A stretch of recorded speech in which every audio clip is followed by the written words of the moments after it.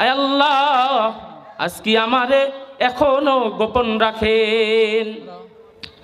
হযরতে মূসা আলাইহিস সালাতু ওয়াস সালামের কওমের মধ্যে এমন একজন যুবক এমন কোনো গুনাহ নাই করে নাই, তখন তাকে আল্লাহ তাআলার দিকে মুতাওয়াজ্জহ হওয়ার পর আল্লাহ তাআলা তাকে সঙ্গে সঙ্গে মাফ করিয়ে দিলেন।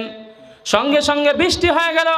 হযরতে জিবরিল আলাইহিস সালাতু ওয়াস সালাম আসার পর আল্লাহ তাআলা বলেন, মূসা আলাইহিস সালাতু ওয়াস সালাম আল্লাহ তাআলাকে ডাক দিয়া বলেন, ও আল্লাহ, কওমের মধ্যে এমন গুনাহগার যুবক ছিল, সে তো কওমের মধ্যে থেকে উঠল না, সে তো আমার সমাজের মধ্যে থেকে উঠল না, সে তো আমার গোল মিটিংয়ের মধ্যে থেকে উঠল না।